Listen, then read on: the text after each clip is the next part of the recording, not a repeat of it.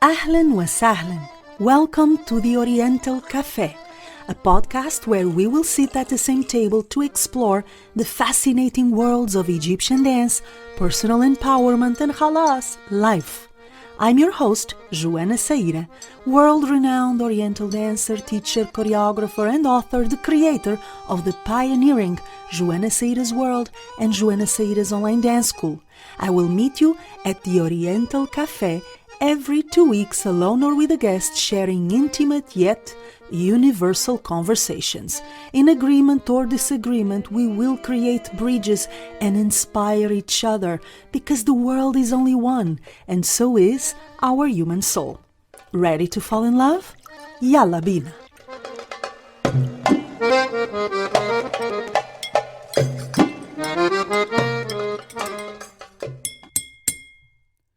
Tradition versus innovation or modernization in Egyptian dance, also known as belly dance.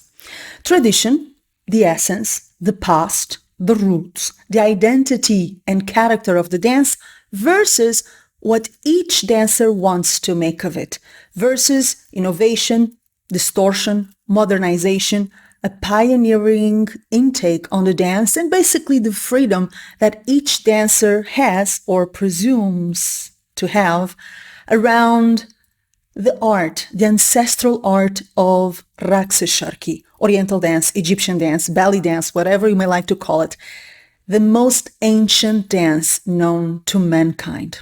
My name is Joana Saahirah, and I am thrilled and a little bit scared to bring you this polemic subject to episode number 27 of the Oriental Café podcast. Why am I afraid? Because this is a triggering subject. It's way more polemic than I thought. As a student of Egyptian dance, way before I even considered building a career around it, I was deeply curious and interested in the history, the mentality, the culture, and the past surrounding this art form. Personally, I couldn't have enough of it. I traveled to Egypt as a student, as a researcher, way back when I had no ambition to become a professional Oriental dancer. I grabbed every single book, every single piece of information I had at my disposal, and at that time, there wasn't much available. I studied as much as I could from everyone and anyone that could teach me. I was so curious and respectful of the culture, the roots, the history behind the dance. But what I see nowadays is something completely different. And I'm not even criticizing, I'm not going to point fingers, but I'm going to lay it on the table exactly as it is, according to my experience of more than 20 years as a professional Oriental dancer, teacher, choreographer, and author in this field. So welcome to episode number 27. If you love our podcast, don't forget to like it, comment on it, follow it, rate it in the audio platforms, Spotify and Apple Podcasts. Share it with your dance peeps and support it as much as you can, because this podcast is made for free, solo or with amazing guests for you. There's so much love, so much time and work invested into it. It's nice if you support it as well. So you will know how to do that either in the description box below this video or in the show notes if you are listening to this episode in the audio platforms. Now, let's go directly into the theme of tradition versus modernization in Egyptian dance, aka belly dance, by reading a text that I randomly wrote a while ago on my social media on the subject. I write a lot of stuff for my social media, and none of it is intentionally provocative, although I know that's not how a lot of people take it. And that's funny, that's curious, that I may write something which for me is purely informative or inspirational, and it ends up triggering a lot of people, positively and negatively. This was one of those posts, one of those declarations that rose a lot of animosity and a lot of healthy discussion and support. So I'm going to read it I'm going to read the exact words I have written back then, and then we're going to go from there. So how important are the roots/tradition in Egyptian dance? Recently, I read an appalling post urging dancers to discard the roots, the codes, and the tradition in Egyptian dance and to be themselves and do whatever they feel. The colonizer's mentality. A total disrespect for the roots of the dance that we claim to love. They tell us we cannot dance on demi-point in a ballet diawedi. Screw that, she claimed. They tell us Saidi should be proud, tall, and vertical. Screw that, she claimed. They give us too many instructions on what to do and what not to do. Screw that. Do whatever you want, man. Follow your heart, she said. I know there are businesses to run, easy and demagogic marketing strategies, selling a shortcut to learning Egyptian dance, one where students don't need to care for the culture, the history, and the identity of the dance. I know that all of that is appealing to the majority, and I'm aware of that. I understand that. I accept it. But I know that selling an exotic choreography is easier than selling a deep dive into Egyptian dance, music, culture, and soul, although that's not the correct thing to do. I do know that this is why we're here. We are here, me and you, to learn from an ancient dance and an ancient culture. But when we claim that we don't have to know what's behind it, and we don't have to know it, period, all we have to do is enjoy ourselves and have fun, is this what we call love for the dance? Or, even more hypocritical, is this what we call respect for the dance? Let me tell you something. There's a reason why the plants of our feet must touch the ground in a ballet diawedi. There is a reason why Shaabi awakens our madness, our creative madness. There's a reason why Saidi is vertical, assertive, and masculine. There's a reason why classical Oriental dance will demand more subtlety and lightness than modern Oriental dance. There's a reason why the Malaya shouldn't be treated like a circus prop. There's a reason why Nubian dance must be relaxed, in flow, connected to the ground. There's a lot behind Egyptian dance. There's history, a culture, a country with an ancient magical past. There are codes, postures, roots, and specific sensibility and soul. Whoever learns Egyptian dance with a professional teacher, not with a wannabe quick fix, is learning more than exotic choreographies. Whoever learns Egyptian dance with a professional teacher, not with a wannabe, quick fix, snake oil saleswoman or man, is learning more than exotic choreographies. Creative freedom cannot exist without knowledge, education, respect for the ones who came before us. Self-expression cannot exist without the knowledge of the language we're using to express ourselves. Breaking the rules, also known as innovating, is not possible if we don't know the rules we claim to be breaking. Being yourself cannot be an excuse for ignorance or disrespect. Shortcuts may be attractive, but they won't honor the dance we claim to love, and they will not honor ourselves and our dance path. When we learn Egyptian dance, we're invited to learn about a different world. A world with different values, traditions, roots, and identity. It is in that contact with the other, the stranger, the distant, the exotic, the incomprehensible, that we grow. As dancers and most of all as human beings. Pablo Picasso himself, the father of modern painting, the terrible man who was a creative genius, innovated like no other. He was himself. He was free. He went crazy. Do you want to know what else he was?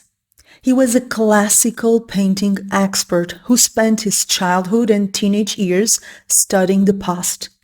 the masters who came before him, the tradition and the roots of painting and drawing. Once he knew the past, he could disrupt it and create the future. The problem with ignoring the past in Egyptian dance is that you presume you're Picasso, original, modern, innovative, personal, out of the box, doing your thing, free, when in fact you become the opposite of Picasso. Predictable, poor, shallow, nonsensical, and going nowhere. Here's a suggestion. Dare to fall in love with the culture behind the dance. Your dance and your life will thank you for it. Here's the text that triggered a lot of positive and negative discussion, new haters, thank you very much, and new fans and followers. Because when we discuss Egyptian dance or any other matter, we have to be open to agreement, disagreement, people who hate us just because, people who hate us because they have a different point of view, people who hate us or love us for all sorts of reasons that are foreign to your original intention. When I share that post and when I create this particular podcast episode, my intention is to propose a different way of approaching Egyptian dance. I'm not here to convince you of anything. I don't even think I'm Jesus Christ. Can you imagine that? Which means I'm not the owner of the universal truth, but I am the owner of my truth, and I'm the owner of everything I have learned in decades of career and investment in this field. First in Egypt, where I started my career performing with my orchestra at the best venues of the country. Also working with Mahmoud Reda, the father of Egyptian folklore, performing every day, testing myself, studying, understanding the language, understanding the culture, the posture, the history, the mentality, why things are the way they are. And also work around the world, teaching, choreographing, lecturing, performing in festivals in all corners of the globe. I am coming from a place of experience and real knowledge, not from a place of misinformation and random opinions. That's not where I'm coming from. So here's the problem with ignoring tradition and ignoring the past and the identity of the dance. Let's start by claiming, and let me know if you agree or not. Let me know in the comments, that Egyptian dance or any other dance form is a language. As it happens with every language, there are words, there are phrases, there are codes, there are meanings, there are underlying meanings, there are principles, there are structures, there is a mentality behind it, there is a feeling, a poetry, a soul, an identity behind it. If you express yourself or want to express yourself using the language of Egyptian dance, of belly dance, but you ignore that language, your self-expression will be limited, if not totally distorted. This is the main point that I'm bringing to the table. Of course, we can also speak about cultural appropriation, whatever that means by now, because all of us appropriate different aspects of different cultures. You do it, I do it, everyone does it. In Egypt, during all the time I worked and lived there, I used to go to salsa nights and tango nights, milongas, filled with Egyptians appropriating other cultures. Who cares?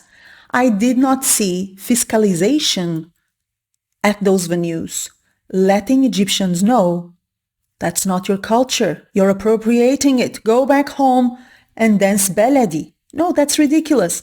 So let's assume that all of us have appropriated and appreciated and integrated aspects of different cultures. We live in a global world where we are surrounded by different cultures, and all of us have appropriated sides of those cultures. All of us.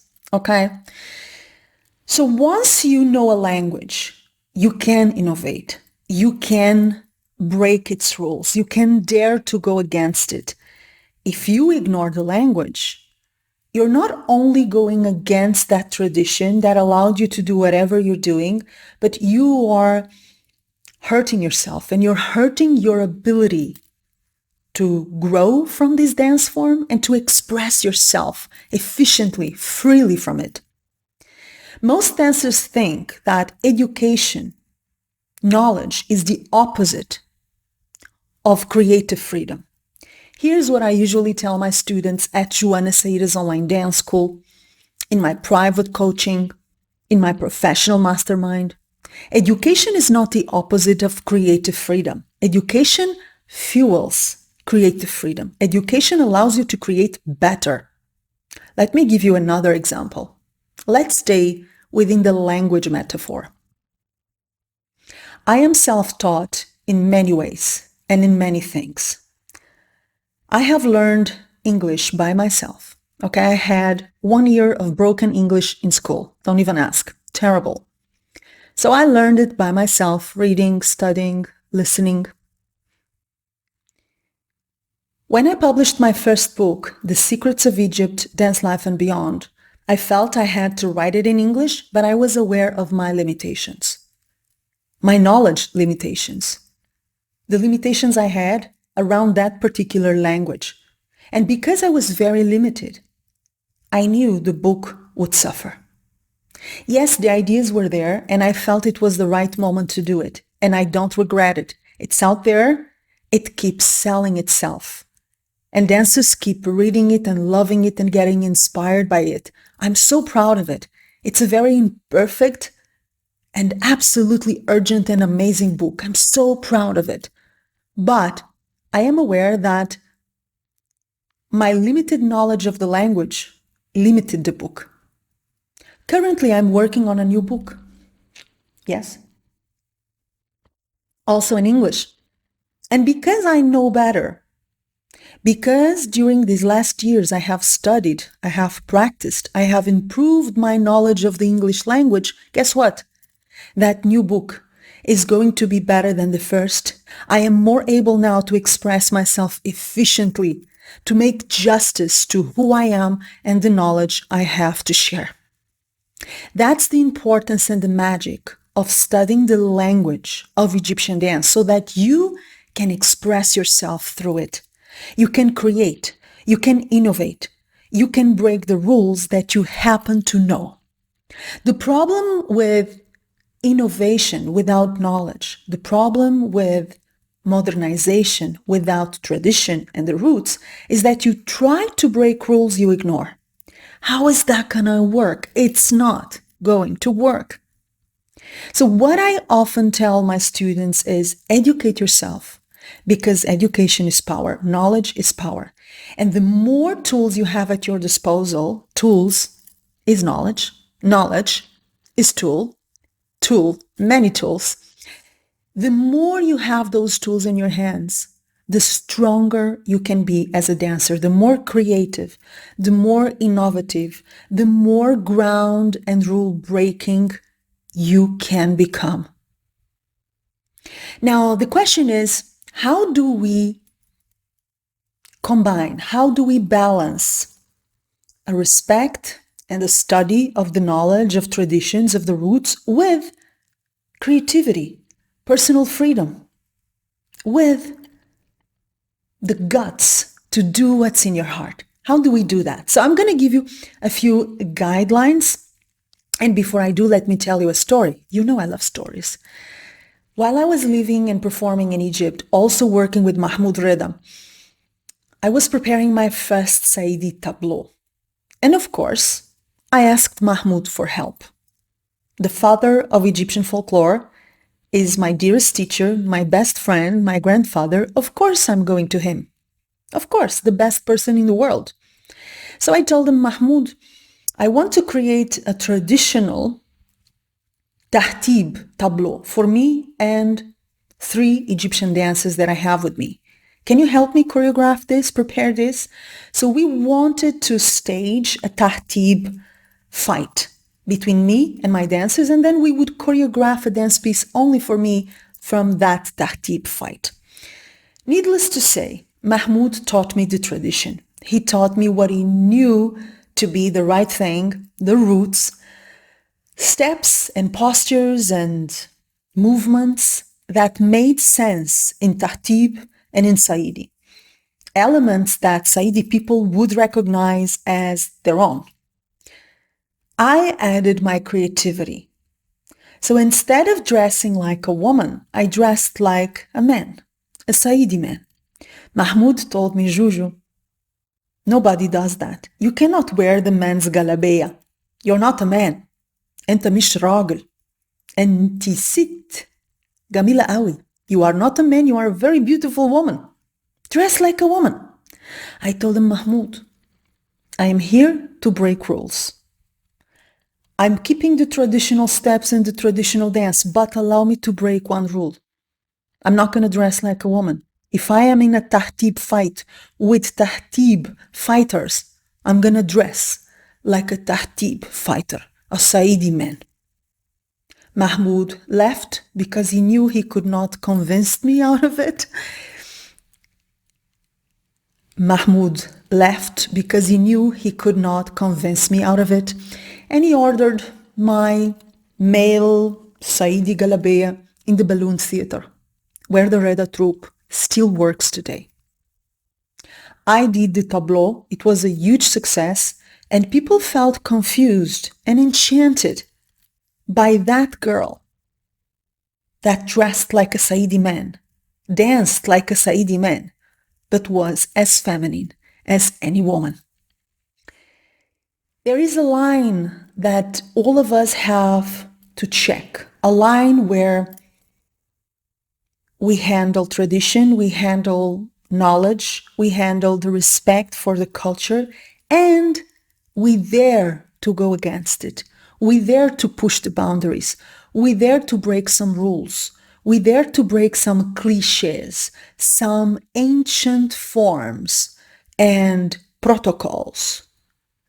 The more you know about that language, that dance style, the more powerful and able you will be to be creative and to be original, while in the language that you claim to love and represent. Incredibly important. Now, how do we balance tradition with modernity? I'm going to read from my notes because I don't want to forget about anything. This is something that my students ask me about all the time, especially advanced level students or professionals who are already working in the field. How do I modernize? How do I create something unique? How do I create something daring, different, right? And here's what I tell them. I'm going to share it with you. And remember, if you want to receive bonuses and gifts and news related to the Oriental Café podcast, subscribe to the podcast newsletter. I forgot to tell you about this, so I'm telling it now. Subscribe to our podcast newsletter if you want to earn special insights from me and our guests, gifts, inspirations, and exclusive content I only share inside our podcast newsletter. Find the link to join us either in the description box below this video and in the comments, or if you are listening to this episode, in the show notes below the episode. This is it. So how do we modernize? Point number 1. Let me repeat what I have already mentioned. Know the rules so that you can break the rules. There is no way around it. And guys, I know that knowing Egyptian culture, mentality, history, religion, politics, economy, it's a lot. What I'm saying is that the regular dancer will not have the patience, the curiosity, and the maturity to study all this. Give me steps, Joana. Give me a choreography. Tell me how to move. That's what I came here for. I heard this many times, and I'm not judging. I'm not judging, believe me, but I'm telling you that if you stay on the surface, you will dance on the surface. If you refuse the knowledge, the roots, the tradition, the incredibly rich and ancient culture that surrounds the dance, and all you focus on is steps and choreographies, you're missing the point. You are missing a life-changing experience. You are missing a mind-opening adventure. Yes, you have the right to stay on the surface, but I would want you to go deep, and I would want you to grow from this dance. If you know me, you know I'm not a fan of superficiality. I'm not. That's not my jam. And the dancers who come to me for coaching, private coaching, coaching at my school, however they reach me, they know they're going to have an in-depth, real learning experience. I'm not going to jump into a choreography and dump it into your lap and wish you good luck, because that's not the honest work of an honest master teacher. That's not the job on the table. The job on the table is to introduce you to the magic and the life-transforming power of Raqs al-Sharqi, Oriental dance, Egyptian dance, belly dance. And that's exactly what I do. But that's not possible if we refuse to know the rules of the game, the codes, right? Beledi Awadi has a specific way, a specific posture, a specific feeling and mentality behind it. There are cultural codes surrounding that style, and the same thing goes for every single style within the wide range of Egyptian dance, Oriental and Folkloric. So first you know the rules, then you break them. That's tip number 1, to modernize instead of distort and destroy Egyptian dance, okay? Know the rules so that you can break the rules. Second tip, combine consistent education with consistent creative exploration. Educate yourself till you die. That's it. Study, invest, read, take classes with professional teachers, ask, be curious, be the eternal student, but don't forget to create your stuff simultaneously. I usually see 2 different extreme kind of dancers. Either you find the great students who apply themselves, learn, go deep, are hooked on courses and choreographies, but they don't dare to create their stuff. Or on the other side, you have dancers who are perhaps overconfident or delusional, and they think, I don't need to learn. I don't need any education. I've watched a video on YouTube. I'm fine. I'm creating my stuff. It hurts. It hurts to see, because the final result is not good, and I assure you, it doesn't lead anywhere interesting. The way to go is to combine continuous learning with continuous creative exploration. I learned something new. I ask, what can I do with what I have learned? I study a new step. I study a new movement. I discover something interesting about the dance, theory or practice or both, and I ask, what am I going to do with this? How am I going to use this my way? Improvise. Create your choreographies even if you're not going to show them in public. Create short dance combos. Create a dance group, a dance community. Move. Create around anything and everything you are learning. Because only studying and educating yourself is not enough. You have to apply what you're learning and test yourself. How much of what I am learning is becoming who I am as a dancer, as a person, and how can I use all this information to express myself, to discover who I am, to empower myself, to explore my potential and my limits, to see how far my creativity can go. That's tip number 2. Combining consistent study with consistent creative exploration. Then, tip number 3. To build a good balance between modernization and tradition. To modernize with quality, right? That is developing self-confidence and humbleness. Humbleness lets you know that you need to learn and you need to practice and you need to work on yourself as a dancer and as a person. Self-confidence tells you you have something unique to express. You have your own essence, your soul, your personality, your fingerprint that nobody else has. And that's exactly what you should be bringing to your dance. That is the beauty of Egyptian dance. Yes, knowing the history and the knowledge and the roots, you already know how it goes. It's essential, but that's not the dance. The dance is a combination of past and future. It's a combination of the roots and the now. It's a combination of learning as much as I can from the identity, the core, the meaning of the dance, and then asking myself, how can I make it mine? What do I have to say for myself, of my own, using this language that I am studying? What is it that I'm going to add of my own to this ancient art form? For that, you need confidence. You need self-confidence. So a good combination between humbleness, the humbleness of the student, and self-confidence, the confidence of the creator, is essential. Tip number 4, and the last one for this episode, on how to modernize in belly dance or Egyptian dance in a good way, in an interesting way, in a way that pulls us forward instead of pulling us down. Okay, because that's what's on the table. We want to modernize to pull us forward, to improve, to evolve. We don't want to modernize, whatever that means for each one of us, to pull the dance and the dancers down. To turn something that is so interesting, so rich, so mysterious, so ancient into something superficial, nonsensical, and silly.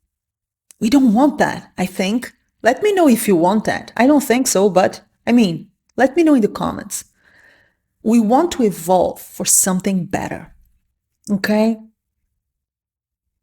The fourth and last tip to modernize in the field of Egyptian dance with quality is adopting the attitude of cultural appreciation, not cultural appropriation. Now, I'm going to go against myself here because I've already told you that I believe, for a fact, that everyone is culturally appropriating elements from different countries, different histories, different identities, right?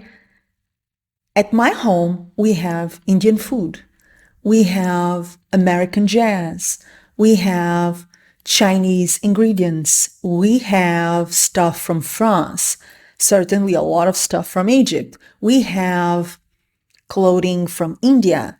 We have traditions from different countries that we have adopted.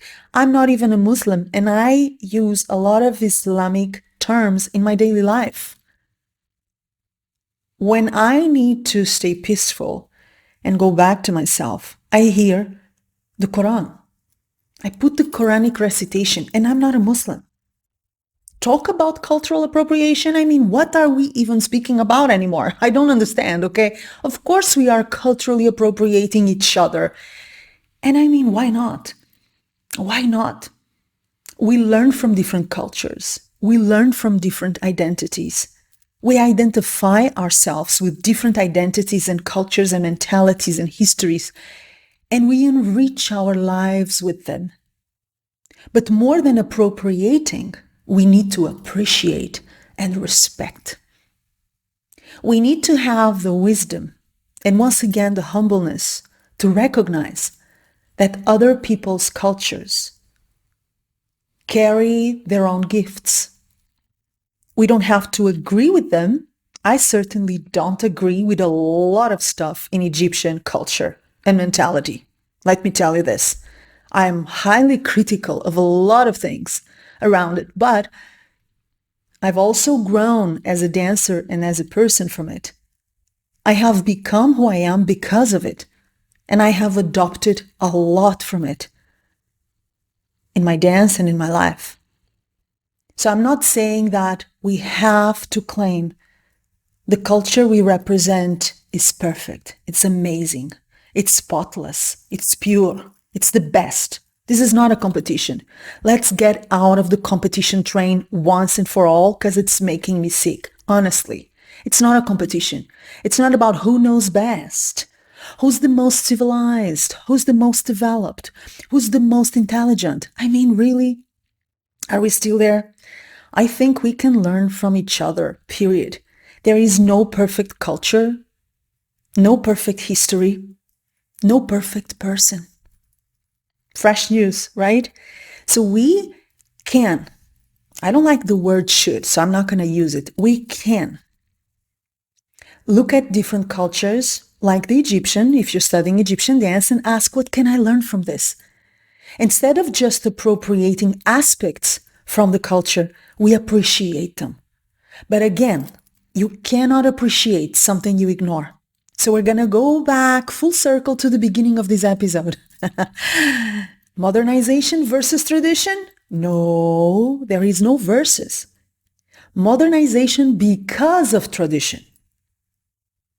In order to move forward, I have to look back. In order to know where I'm going, I have to know where I'm coming from. In order to know who I am, I have to know what kind of person I've been and who has come before me. The past informs the present and the future. And once again, we cannot break rules that we ignore. So it is not tradition versus modernization. It's tradition and modernization. Tradition allowing us to modernize. Tradition informing, empowering modernization. Moving forward because we have glanced at the past and learned from it and learned from the ones who came before us. This is it. Now, would you like to receive a cocktail of bonus resources on the history and culture and mentality surrounding Egyptian dance? I think you will want this.